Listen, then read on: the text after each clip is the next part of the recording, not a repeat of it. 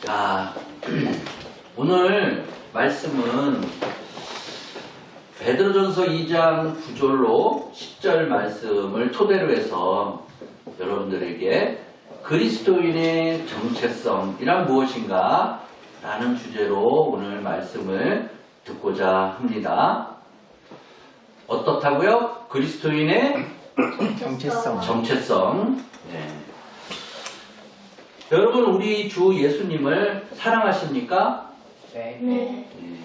예수 그리스도는 어제나 오늘, 아니 또 내일도 영원토록 여러분들을 사랑하고 계신다라는 겁니다. 또한 언제나 동일하게 우리들을 대해 주시고 계신다라는 것입니다. 분명한 것은 우리가 믿고 섬기는 우리 주 예수님은 항상 변함이 없으시는 분이라는 것입니다. 우리가 변하고 우리가 자꾸 낙심하고 상처받고 또한 뒤로 물러가는 것이 문제라고 할 것입니다. 그래서 신앙생활이라는 것은 예수님께만 초점을 딱 맞추고 사는 것이 바로 신앙생활이라고 할 수 있을 것입니다. 처음부터 끝까지 우리 삶에 예수님만이 나의 전부가 되시며 모든 문제를 해결해 주시는 분이라는 사실을 믿으시기를 바랍니다. 우리 말씀 시작하기 전에 우리 전우자우 우리 친구들과 형님 누나와 우리 한번 인사를 나눠보도록 하겠습니다. 오늘 만나서 반갑습니다. 오늘 만나서 반갑습니다. 서로 쑥스러워하시는 것 같아요. 자, 그러면 우리 따라해 보시길 바랍니다. 오늘은 참으로 기쁘고 좋은 날입니다. 오늘은 참으로 기쁜 날입니다. 네. 또한 사랑의 예수님이 우리와 항상 함께 하십니다. 우리 예수님이 우리와 함께 하십니다. 하십니다. 정확하게 발음을 못하는 것 같아요. 예수님 안에서 좋은 일이 일어날 것입니다. 예수님 안에서 좋은 일이 일어날 것입니다. 예, 맞습니다. 여러분들이 지금 외친 이 모두가 바로 여러분들을 사랑하시는 예수님께서 우리와 항상 동행하시고 함께 하신다는 그런 믿음 안에 있기에 가능하게 외칠 수 있는 겁니다. 알겠습니까? 우리가 한평생을 살아가는 동안 예수님만 바라보고 살 수만 있다면 그보다 더 행복한 것은 없다라고 바로 이 성경 속에서 말씀하고 있습니다. 세상을 바라보고 사람을 바라보고 환경을 바라보면 우리에게도 기쁨도 한때 줄 수 있지만 상처도 주고 낙심하게도 하는 것이 얼마나 많은지 여러분들 아직 어려서 경험했을지는 모르겠으나 그런 믿음 안에서 살아가는 것이 얼마나 행복한지 여러분들 느끼게 될 것입니다. 그래서 하나님께서는 이런 말씀을 주셨습니다. 믿음의 주요 또 온전케 하시는 이인 예수를 바라보자 라고 말씀하고 있다라는 것입니다. 오늘 이 시간 예수님을 바라보는 특별한 시간이 되기를 축원합니다. 오늘 저는 여러분과 함께 오늘 본문 베드로 2장 9절로 10절의 말씀을 가지고 그리스도인의 정체성이라는 그런 주제로 말씀을 나누기를 원합니다. 여러분들 함께 따라 하시겠습니다. 그리스도인의 정체성. 그리스도의 정체성. 그리스도인의 정체성. 그리스도의 정체성. 예. 사람이 일생을 살아가는 동안에 참으로 중요한 것은 나는 누구인가 하는 것입니다. 나는 무엇 때문에 사는가 하는 것입니다. 분명한 자신의 정체성을 알고 살아가는 것이 매우 중요하다라는 말입니다. 그러나 많은 사람들은 자신에 대한 분명한 자화상을 가지고 살아가기도 합니다. 또한 정체성을 갖고 있지를 못한다라고도 얘기합니다. 왜냐하면 과거의 어떠한 상처가 또한 과거의 실패가 또한 과거의 여러 가지 문제들이 자신을 꽉 붙들고 있기 때문에 거기에서 헤어나오지 못하고 또한 부정적인 자화상에 갇혀 절망 속에 살아간다라고 할 수 있는 것입니다. 그래서 그런 사람들은 입버릇처럼 나는 누군가에게 버림을 받은 인생을 살아가고 있어 라고 얘기를 하든지 아니면 부모님께 사랑을 받아보지 못했다라고도 얘기를 하든지 또한 내 인생은 항상 성공보다는 실패가 많아 라고 좌절의 말을 사용한다라는 것입니다. 그래서 입만 열면 자기의 실패를 이야기하고 상처받은 것을 이야기하고 부정적인 말을 쏟아놓고 또한 사회를 비판하고 남들에 대해서 늘 비판의식을 가지고 부정적인 이야기를 쏟아놓으며 살아가는 것이 바로 이 세상에 살아가는 사람들의 생각입니다. 그러나 우리처럼 예수님을 믿는 사람들은 근본적으로 이 세상 속에 살아가는 사람들과 같지는 않다라는 점입니다. 왜냐하면 우리는 분명히 내가 누구인지를 알면서 확실하게 하나님의 자녀로 살아가고 있기 때문이라는 점입니다.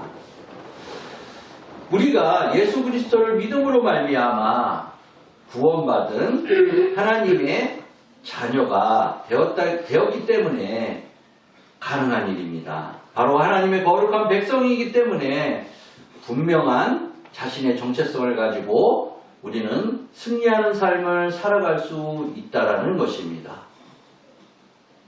아시겠습니까? 네. 나는 구원받은 하나님의 자녀이다. 한번 외쳐볼까요? 나는 구원받은 하나님의 자녀이다. 나는 거룩한 백성이다. 나는 거룩한 백성이다. 나는 복받은 인생을 살아가고 있다. 나는 복받은 인생을 살고 있다. 예, 할렐루야. 여러분들 지금 외친 그 말이 여러분들의 축복이 되기를 바랍니다.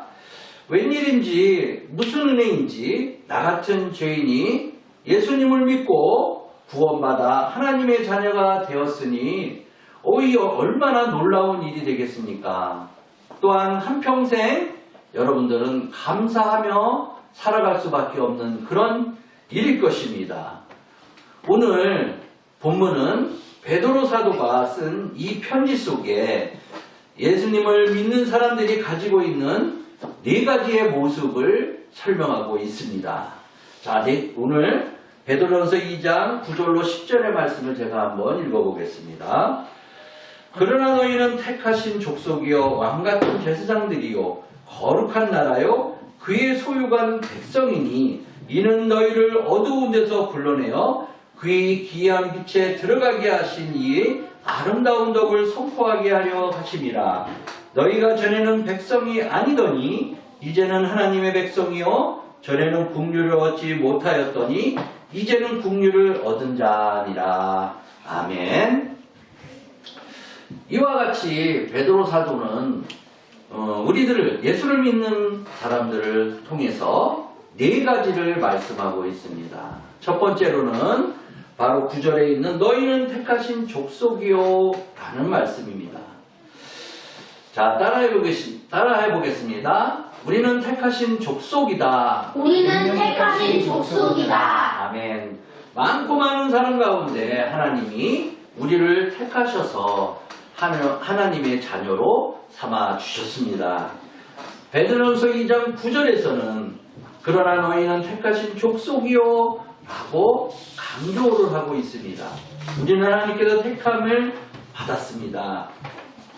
여러분들 이 말씀을 믿으시면 아멘 하시기 바랍니다. 아멘. 네. 자, 얼마나 감사한 일입니까?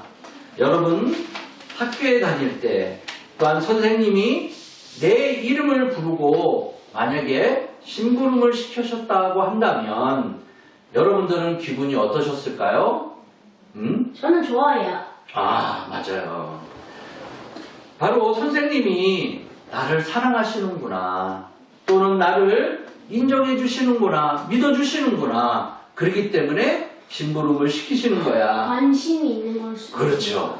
그렇게 생각을 하기 때문에 바로 그거는 기분 좋은 일이 될 것입니다.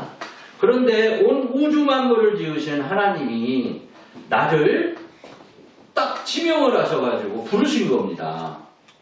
그러면 얼마나 더 좋겠습니까? 온 우주 만물을 지으신 하나님이 일개 한 사람이 아니라 우주 만물을 지으신 하나님이 딱 지명해서 여러분들을 부르셨다고 한다면 여러분들은 어떤 기분일까요? 지금 좋다고 표현한 우리 다니엘의 말보다 더 형용할 수 없는 다이처럼 춤을 추겠죠? 아멘. 오, 대단하십니다, 우리 다니엘. 바로 그러시면서 지명해서 부르심을 또 더해서 너는 내 것이다 라고까지 말씀을 하셨습니다. 이사야서 41장 8절로 9절의 말씀은 이렇게 말씀합니다. 그러나 너희 종 너 이스라엘아 내가 택한 야곱아 나의 벗 아브라함의 자손아 내가 땅 끝에서부터 너를 붙들며 땅 모퉁이에서부터 너를 부르고 내게 이르기를 너는 나의 종이라 내가 너를 택하고 싫어하여 버리지 아니하였다 라고 말씀합니다. 하나님은 우리를 택하시고 절대로 싫다고 또한 버리겠다라고 말씀을 하지 않으셨다라고 기록하고 있는 것입니다. 사람들은 만나서 사귀다 보면 싫어하는 감정 때문에 헤어지기도 합니다. 또한 헤어지는 것까지는 좋은데 어떤 분들은 원수로 지내게 되는 경우도 있습니다. 그런데 하나님은 우리가 어떠한 조그마한 실수를 범하든 간에 절대로 싫다고 또한 버리지도 않으시겠다고 말씀하고 있는 것입니다. 회개하고 돌아오기만 한다면 또 용서하시고 또 용서하시고 또 용서하시는 그런 사랑의 하나님이라는 점을 여러분들은 기억하셔야 합니다. 또한 인내와 자비와 긍휼이 풍성하신 하나님이라는 점입니다.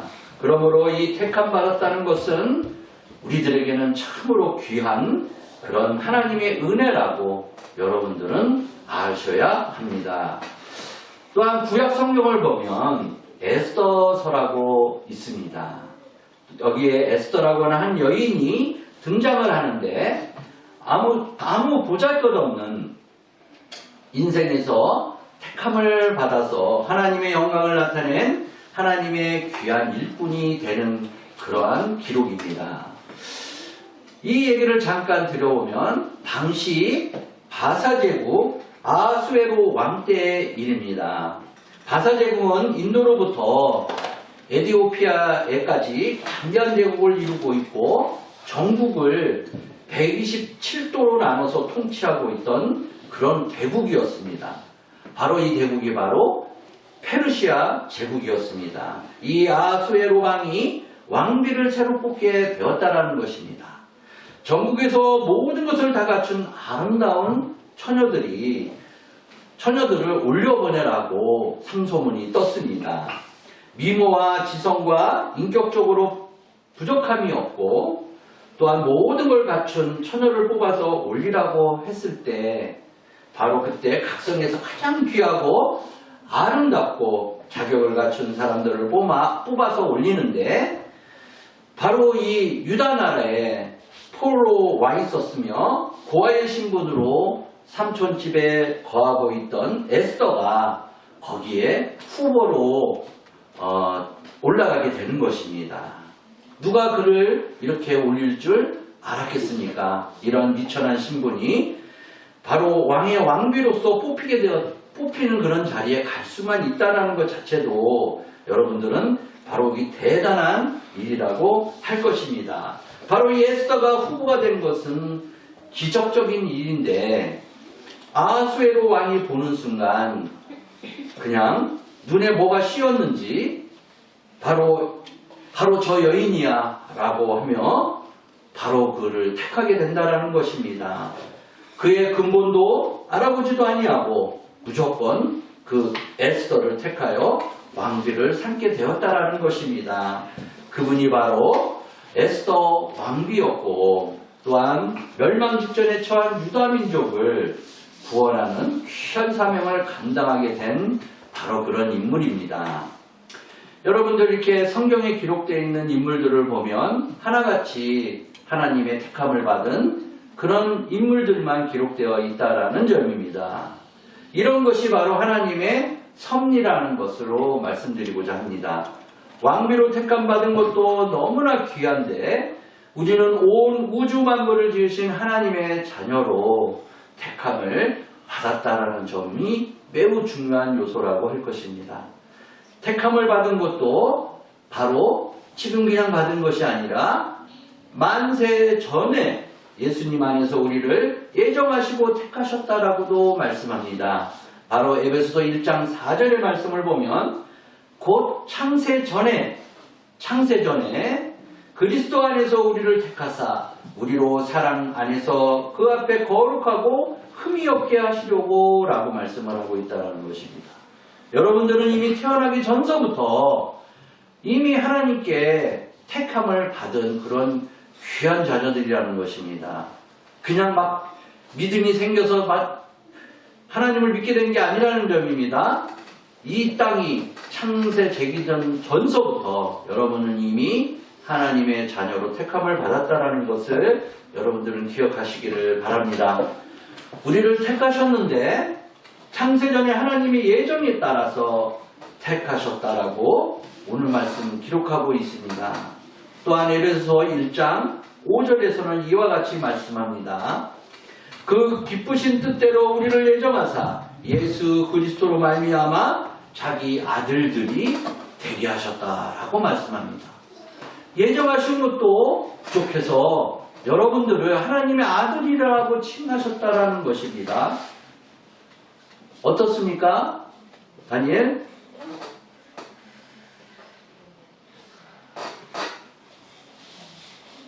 감동이 없습니까? 감동이 있습니다. 얼마만큼 감동이 있어요? 10배? 아니면 이렇게 만세들 할 정도로? 100배. 100배?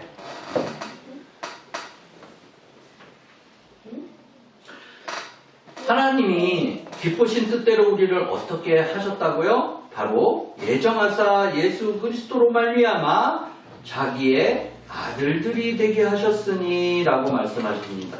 여기에서 아들들이라고 하는 말은 바로 지금도 얘기했던 바로 하나님의 자녀라는 것을 표현하고 있는 뜻일 것입니다.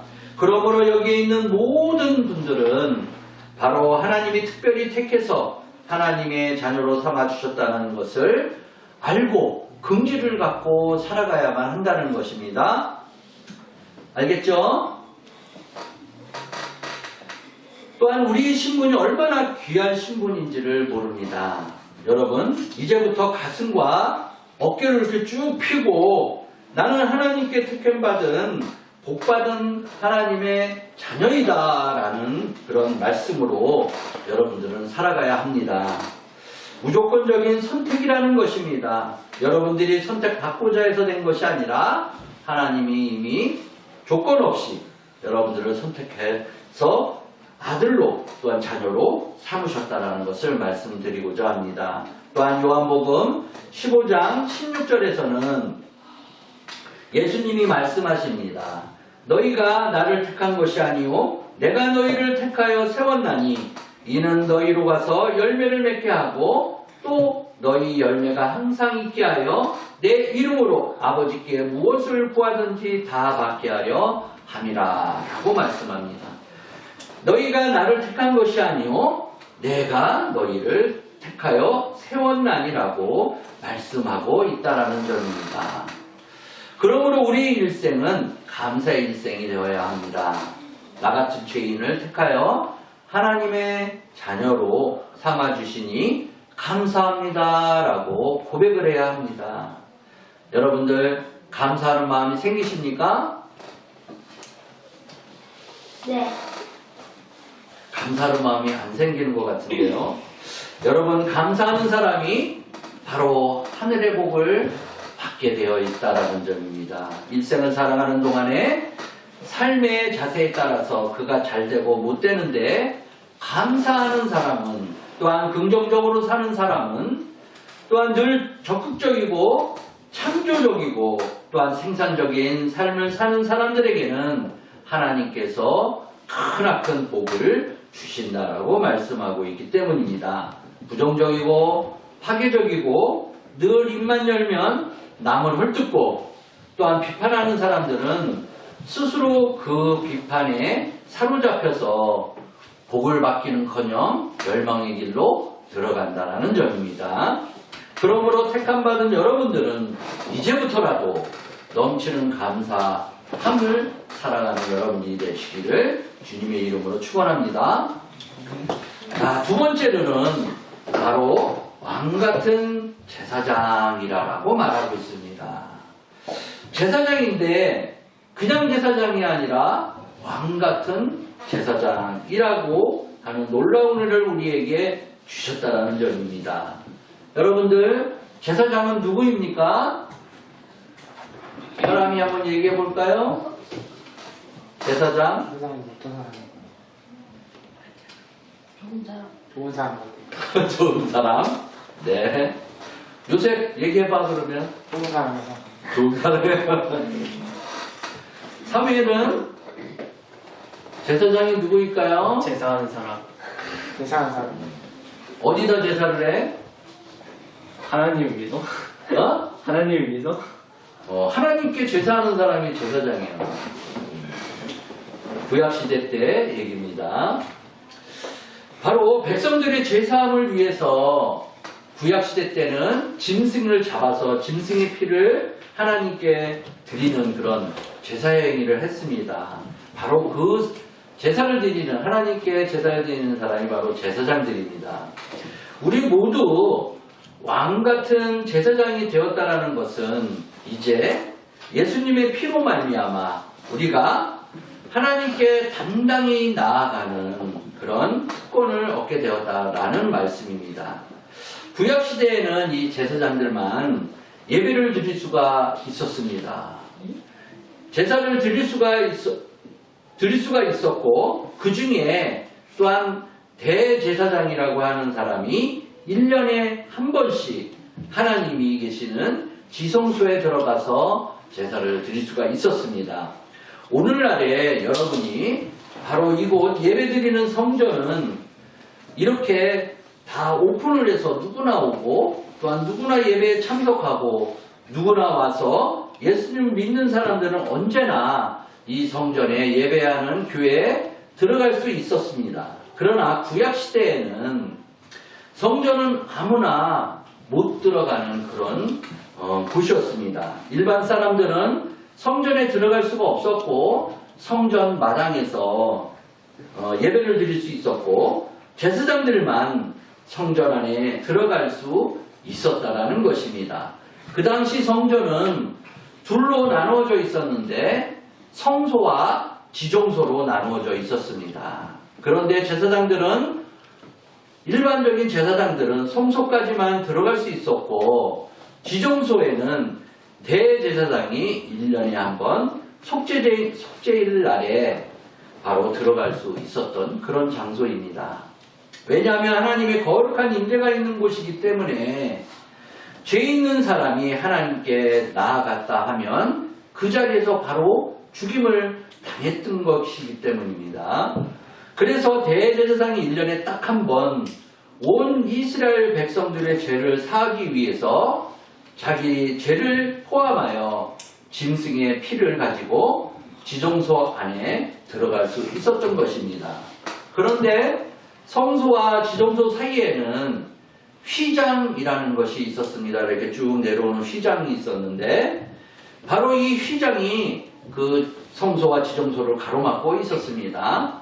이처럼 휘장이 가로막혀 있었는데 바로 예수님이 십자가상에서 돌아가실 때 다 이루었다라고 말씀하실 때 바로 이 휘장이 떴다 쫙 갈라져 나갔다라고 말씀을 전하고 있습니다. 바로 이것이 바로 하나님께로 나아가는 길을 열어주신 것이라고 우리는 말씀하고 있는 것입니다. 이것을 생각한다면 여러분은 보통 복을 많이 받은 사람들이 아니라는 것을 말씀드리고자 합니다. 옛날에 이 안에 들어오지도 못하고 또한 바깥 마당에 서 있었던 사람들이었는데 하나님이 왕같은 제사장으로 만들어 주셔서 바로 예수님의 보혈의 능력으로 오늘 주님의 임재가 있는 바로 이 지정소, 즉 성전에 들어와서 하나님을 섬기는 여러분들이 되었기 때문입니다. 기쁘죠?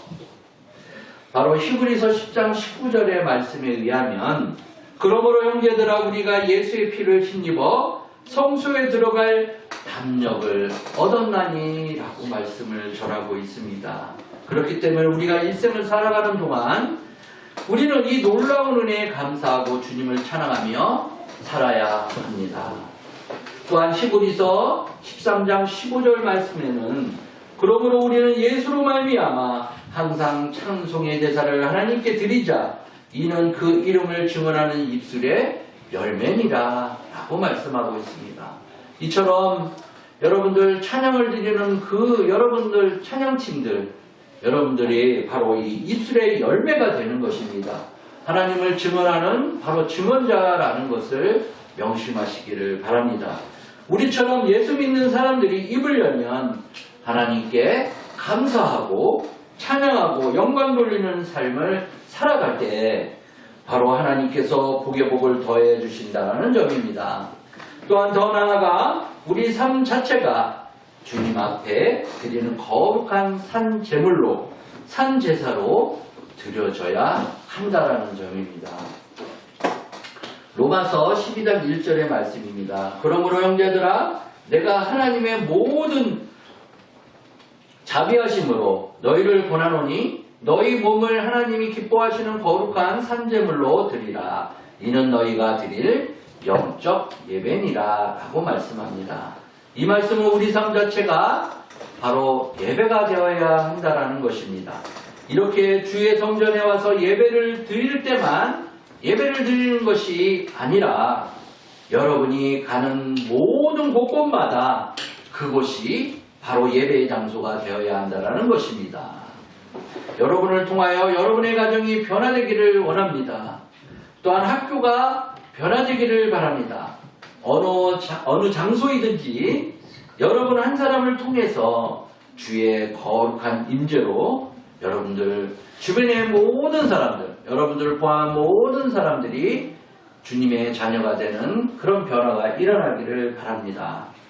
그런데 제사장은 오늘 본문 말씀에는 제사장인데 왕같은 제사장이라고 오늘 말씀을 하고 있습니다. 바로 이 왕의 특징은 무엇입니까? 어우, 나다님 왔어? 왕의 특징은 무엇입니까? 다스리는 자. 그렇지. 어떠한 나라를 통치하고 다스리는 또한 명령하는 그런 위치에 있는 게 바로 왕입니다. 왕이 신하를 어떤 일을 시킬 때 부탁하지 않습니다.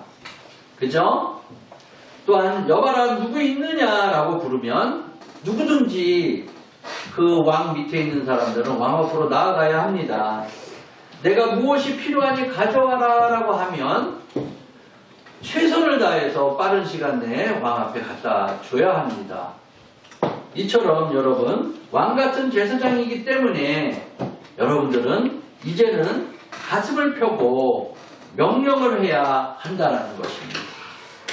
여러분을 괴롭히는 흑암의 영적 권세들을 향해서 여러분들은 명령을 해야 합니다. 자, 여러분 따라하시기 바랍니다.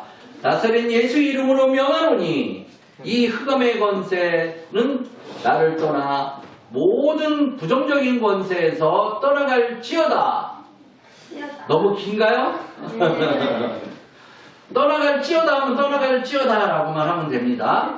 나사렛 예수 이름으로 명하노니 부정적이고 흑암의 권세들은 나를 모두 버리고 떠나갈지어다. 너무 목소리가 작어. 과거의 나의 상처는 떠나가야 합니다. 여러분들이 안고 있는 모든 부정적인 생각, 또한 나는 안 돼야 하는 그런 생각들, 이런 생각들은 오늘 이 시간 모두 버리시기를 바랍니다. 나사렛 이름으로 명하노니 모두 떠나갈지어다. 한 번 더 외쳐볼까요? 나사렛 예수 이름으로 명하노니 모두 떠나갈지어다. 아멘, 아멘. 자, 이처럼 여러분들은 명령하는 삶을 살아가야 합니다. 아시겠습니까? 여러분들 눈치 볼 필요가 없습니다. 여러분들은 왕같은 제사장, 이미 여러분들은 왕같은 제사장이기 때문입니다. 아셨죠? 예수님을 믿는 순간 여러분들의 신분이 모두 바뀌었습니다. 더 이상 여러분들은 이 세상의 실패자나 패배자가 아닙니다. 더 이상 여러분은 흑암의 권세들에 눌리어 사는 그런 나약한 인간들이 아니라는 것입니다. 여러분은 왕같은 제사장이기 때문입니다. 가난과 저주와 질병과 슬픔을 여러분들은 명령을 통해서 여러분 앞에 모두 몰아내시기를 바라겠습니다.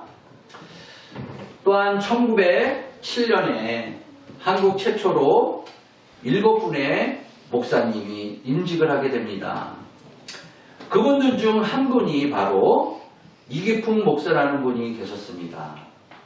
근데 이기풍 목사님은 평양 출신으로 성격이 과격해서 젊었을 때는 주먹개나 썼던 사람으로 우리 한국 선교사에 큰 업적을 남기신 바로 이 사무엘 마벳 선교사에게 돌을 던져 턱이 깨지고 흉터를 입히게 만든 사람이 바로 이 이기풍 목사님이셨습니다. 그때 당시에는 이제 어떤 젊은 청년이었었죠.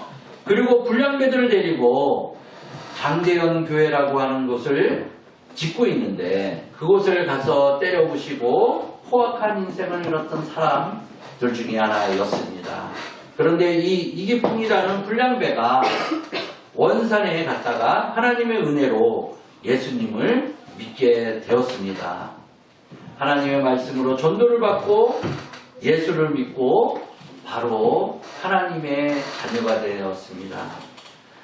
통회에 자복하고 또한 눈물과 콧물을 흘리며 새 사람으로 다시 태어나게 되었습니다. 자기가 돌을 던져 흉터를 입힌 사무엘 마벳 선교사님에게 찾아가 눈물로 회개하고 또한 신학교에 들어가 1907년도에 한국 최초로 7명의 목사 안수를 받을 때 한 분으로 우뚝 서게 됩니다. 그리고 그분이 가게 된 곳은 제주도에 선교사로 파송을 하게 됩니다. 그 당시 제주도는 완전히 외딴 섬이고 뱀신을 섬기는 그러한 미신이 가득한 섬이었습니다. 그 제주도로 넘어가는 도중에 풍량을 만나서 죽을 고비를 넘기고 제주도에 도착했는데 다들 우상을 섬기고 미신을 섬기느라 복음을 전하기가 얼마나 어려웠는지 모른다라고 기록하고 있습니다. 그런데 하루는 길에서 귀신 들린 아주 난폭한 청년을 만나게 됩니다. 얼마나 귀신이 강하게 들어왔는지 쇠사슬로 묶고나도 쇠사슬을 끊고 도망을 가보고 또 성경에 나온 것처럼 군대군인이라는 용어가 나오는데 군대 귀신이 들린 것처럼 이 청년도 너무나 힘이 세고 사람들을 두들겨 패고 또한 난폭한 그런 행위를 했던 그런 귀신 들린 청년을 만나게 됩니다. 하나님께서 이 청년을 내게 맡기셨다라는 생각이 들기 시작했습니다. 이기풍 목사님이 이 청년을 집으로 데려와 묶어놓고 사모님과 함께 예배를 드리기 시작했다는 것입니다. 보혈의 찬송을 들려주게 되었고 그 보혈의 찬송을 듣는 순간 그 귀신 들린 청년은 고함을 막 지르며 간절히 그를 붙잡고 통성하고 그랬다는 것입니다. 살려달라고 이제 얘기를 했겠죠. 그래서 그를 붙잡고 다시 통성하는 그 기도 소리에 그는 줄을 풀고 도망가기가 몇 번인지 모를 정도였다라고 합니다.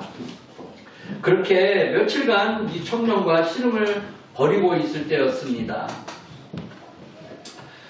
얼마나 힘이 센지 그를 잡을 수가 없었을 때였습니다.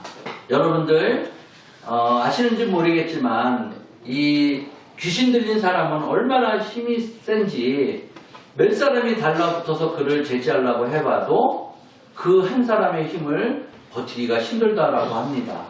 이 목사님은 경험은 없지만 대체적으로 그런 얘기를 들었습니다. 그런데 며칠째 예배를 드리고 있는데 그날따라 그 귀신 들린 청년을 붙잡아 놓고 기도를 하는데 너무나 조용하다라는 것입니다. 그래서 여태까지 그렇게 했던 것처럼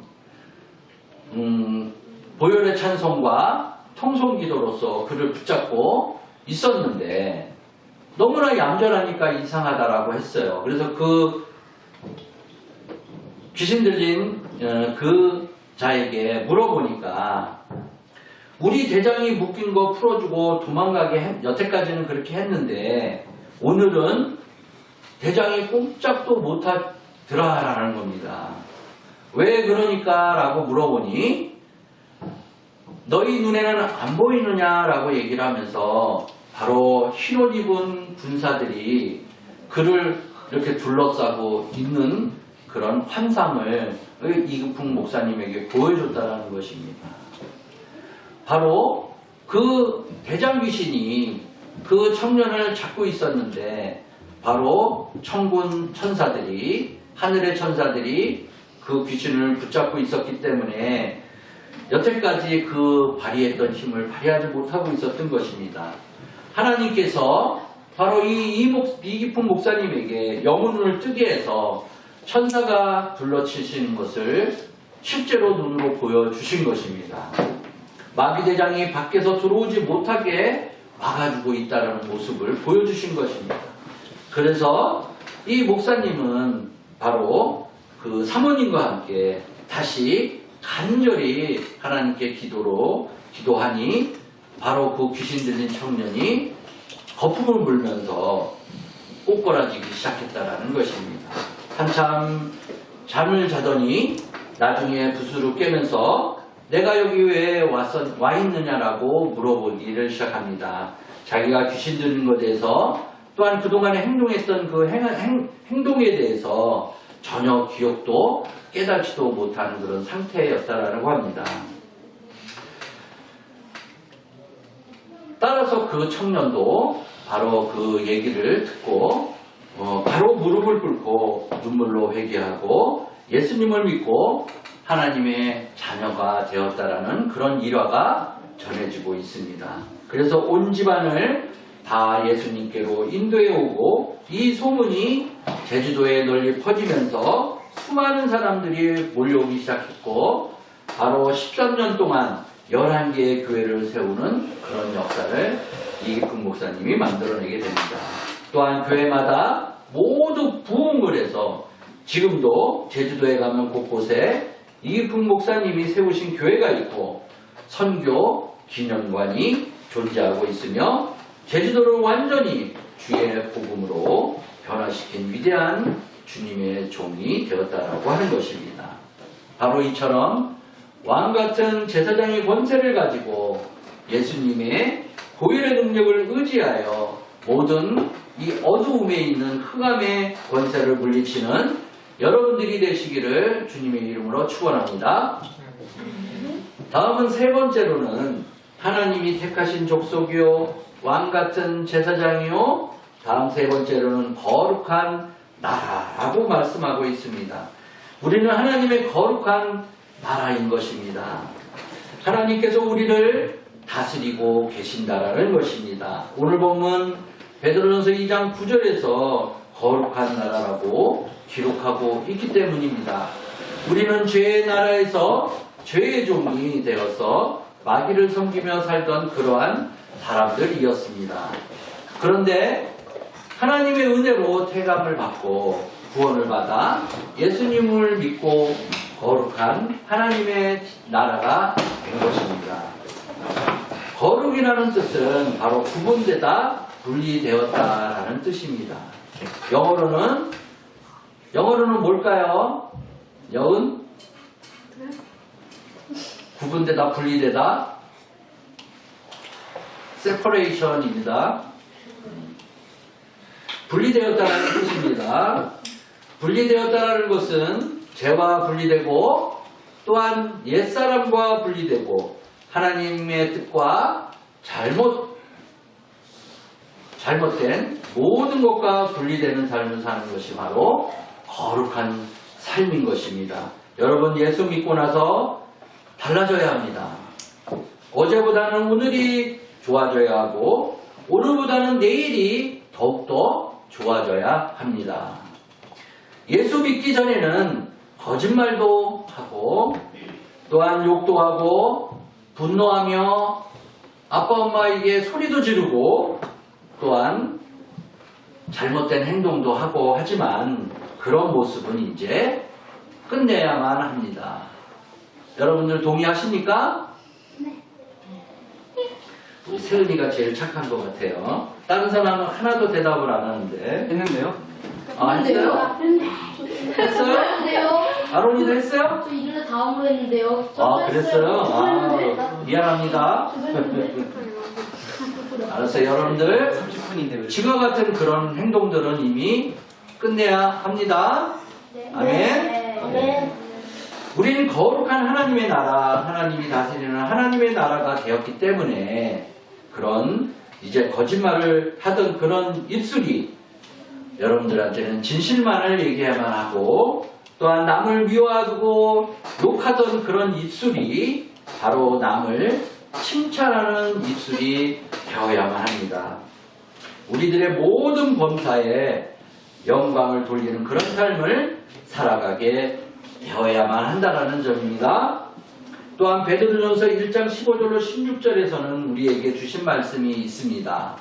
그 말씀은 오직 너희를 부르신 거룩한 이처럼 너희도 모든 행실에 거룩한 자가 되라. 기록되었을 때 내가 거룩하니 너희도 거룩할지어다 하셨느니라. 이사야가 하나님의 거룩하신 임재를 바라보고 외친 말씀도 있습니다. 그 말씀은 이사야서 6장 3절에 나오는데 이렇게 얘기합니다. 서로 불러 이르되 거룩하다 거룩하다 거룩하다 만군의 여호와여 그의 영광이 온 땅에 충만하도다 하더라 라고 말하고 있고요. 또한 5절에서는 그때 내가 말하되 화로다 나여 망하게 되었도다 나는 입술이 부정한 사람이요 나는 입술이 부정한 백성 중에 거주하면서 만군의 여호와이신 왕을 배웠음이로다 하였더라 라고 말하고 있습니다. 이처럼 하나님의 거룩한 임재가 임할 때 우리의 죄가 바로 눈앞에 보이는 것입니다. 우리의 허물이 여러분들 앞에 보이게 되는 것입니다. 주여 나를 용서하여 주시옵소서라고 여러분들은 간절히 구해야만 합니다. 또한 나는 죄인입니다 라고 고백을 해야만 합니다. 또한 주님의 은혜 없이는 나는 살아갈 수 없다라고 여러분들은 고백해야만 합니다. 날마다 하나님의 은혜로 거룩한 하나님의 임재가 여러분들에게 임하게 되기를 주님의 이름으로 축원합니다.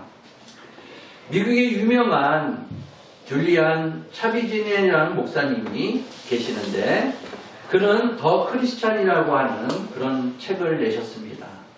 그런데 빌리 그레암 목사님의 외손자이니 온 집안이 다 목사님 가정이었는데 이 목사님 가정에 자라다 보니까 늘 교회에서 신앙생활을 하게 되었고 또한 성령 체험이 없었을 때에는 이 목사님 또한 방황하였다라고 합니다.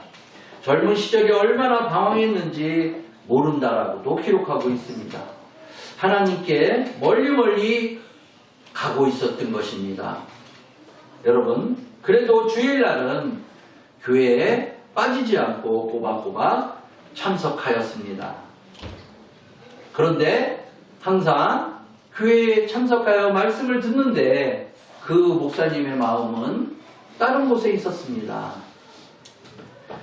그런데 이 목사님이 21살 때 성령 체험을 하게 됩니다. 그 목사님은 그 목사님 말로는 뒤집어졌다라고 말하고 있습니다. 살아계신 바로 이 하나님을 만나게 된 일입니다. 그 고백을 이렇게 했습니다. 여러분들 한번 더 크리스찬에 기록되어 있는 그런 책에 기록되어 있는 말씀을 여러분들에게 한번 읽어드리겠습니다. 믿었던 세상이 내게 거짓말을 했다. 약속과 달리 세상은 내게 외로움과 상실감만 안겨주었다. 그런데 그날 아침 예배에서 평생 잊을 수 없는 뭔가를 만났다. 여러분 예배 때 바로 성령 체험을 하는 것을 말씀하고 있습니다. 세상에 널리 있는 껍데기가 아닌 실질적인 알맹이를 경험했다. 그날 찬양과 설교를 통해 하나님의 초월적인 임재가 지붕을 뚫고 들어왔다. 그 바람에 나는 성전에 들어간 이사야처럼 정신이 혼미해질 정도로 놀랐다. 단순히 인간의 재능에 놀란 것이 아니었다. 그보다 더 큰 뭔가가 나를 사로잡았다. 바로 하나님이셨다. 그곳은 모든 스포트라이트가 설교자나 찬양 리더가 아닌 하나님께로 집중되어 있었다. 성경에서 하나님의 영광은 곧 그분의 무거움과 강력한 임재를 의미한다. 바로 그날 아침에 나는 유업으로 다스리는 하나님을 만났다. 세상과 완전히 다른 것, 오랫동안 갈망했던 그것을 그날 그 교회에서 마침내 발견한 것이다. 할렐루야. 여러분들 이 목사님과 같은 성령 체험을 하시기를 바랍니다. 어느 예배인지 간에 우리가 알 수는 없지만 여러분들은 하나님의 성령이 임하는 그때 우리의 삶이 완전히 변화되는 체험을 하게 될 것입니다. 그렇기 때문에 예배가 얼마나 중요한 것인지 여러분들은 아셔야만 합니다. 베스다 물이 갑자기 끓어오르듯이 어느 날 갑자기 성령의 임재가 내게 임할 때는 내 삶이 완전히 변화되는 삶의 전환점을 맞이하는 그러한 체험을 하게 된다는 것입니다. 영국 개신교회 감리교 운동을 시작한 요한 웨슬리가 미국에서 선교하다가 실패하고 돌아와서 수요일날 저녁 성령파 성도들이 모여서 기도하는 바로 모라비안 교도 예배에 갔다가 밤 8시 45분 성령 체험하고 완전히 바뀌어져서 세계적인 큰 부흥사로 주의 종이 되어서 바로 감리교 창시자로서 온 세계에 복음을 전한 위대한 인물이 된 기록도 있습니다. 그날 그 예배가 바로 이 웨슬리 목사님의 큰 운명을 바꾸어 놓았다라는 것입니다. 여러분이 주님 앞에 드리는 예배가 여러분의 운명을 바꿔놓는 예배가 되기를 간절히 원합니다. 또한 성령이여 임하옵소서. 또한 바람같이 불같이 생수와 같이 내게 임하여 주셔서 나의 삶을 변화시켜 주시고 내 삶이 주님 앞에 드려지는 거룩한 산제사가 되기를 원합니다. 라고 항상 기도해 주시기를 바랍니다. 하나님의 은혜가 임할 때 우리가 변화된 신분으로 바뀌어져서 바로 하나님의 영광을 나타내며 살아갈 수 있는 그런 존재가 되는 것입니다. 얼마나 하나님의 큰 은혜가 우리에게 임했는지 우리는 알아야만 합니다. 성령 체험하고 나면 사도 바울이 일생에 신앙 고백을 하는 것처럼 갈라디아서 2장 20절의 고백을 하게 될 것입니다. 사도 바울이 이렇게 고백합니다. 내가 그리스도와 함께 십자가에 못 박혔나니 그런즉 이제는 내가 사는 것이 아니요 오직 내 안에 그리스도께서 사시는 것이라. 이제 내가 육체 가운데 사는 것은 나를 사랑하사 나를 위하여 자기 자신을 버리신 하나님의 아들을 믿는 믿음 안에서 사는 것이다 라고 말씀하고 있습니다. 여러분 어디서든지 하나님의 영광을 나타내는 주님의 귀한 일꾼으로 쓰임받기를 간절히 원합니다. 우리는 거룩한 나라입니다.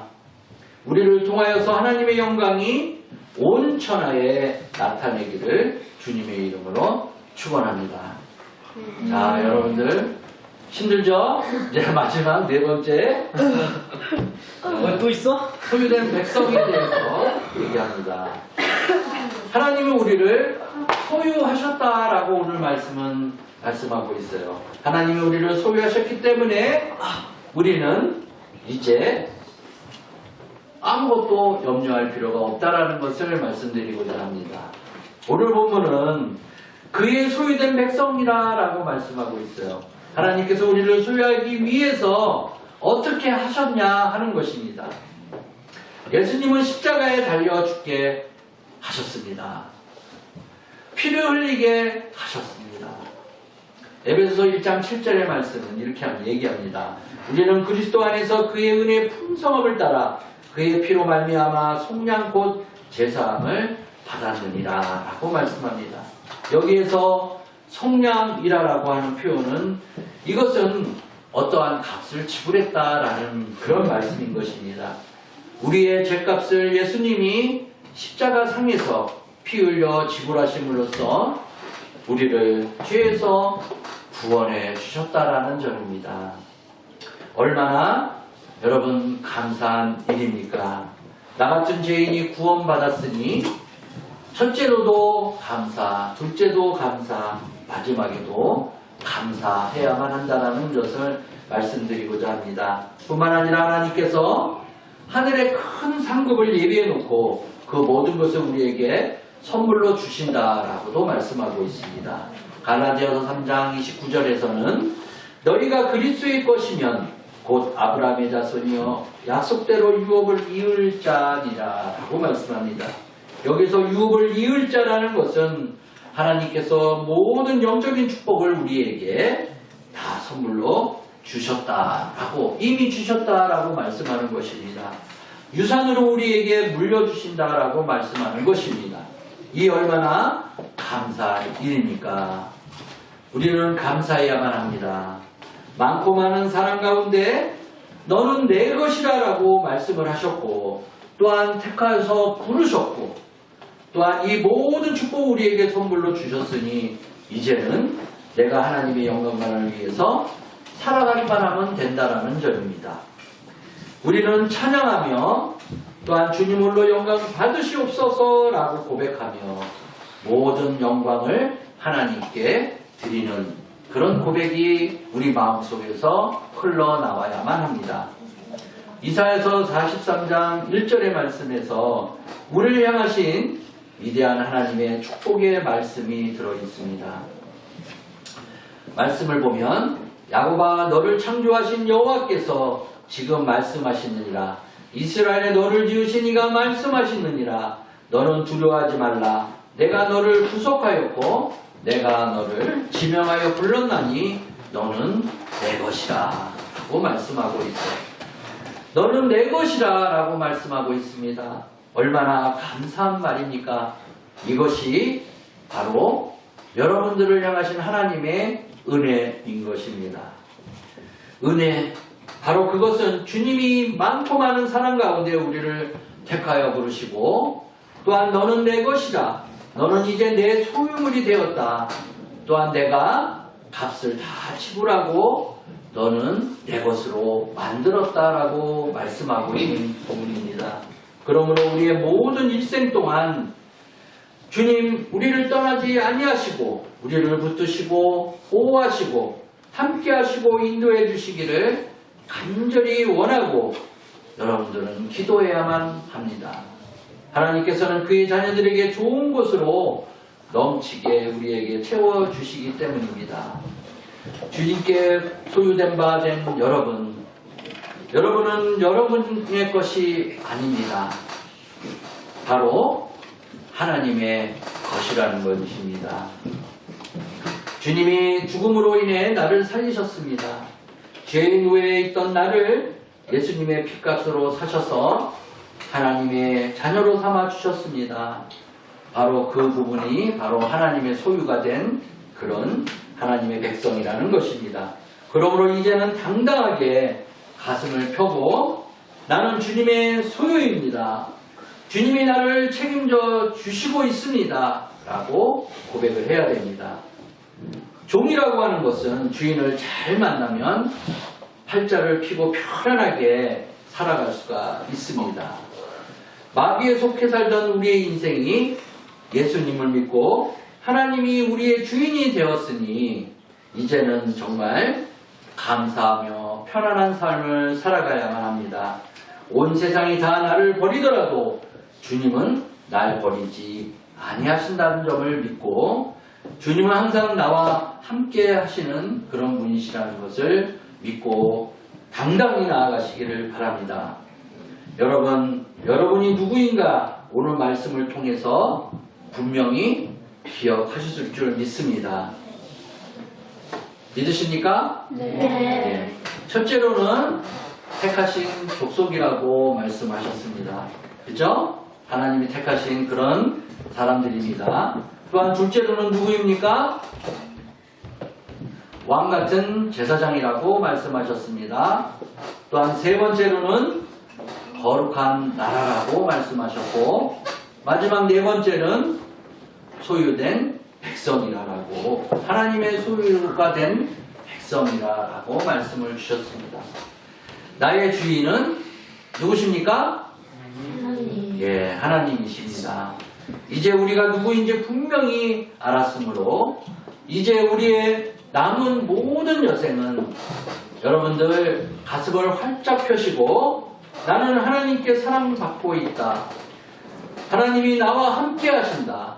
또한 어떤 문제와 어려움과 고통과 괴로움이 다가와도 나는 주님의 은혜로 넉넉히 이길 수 있다.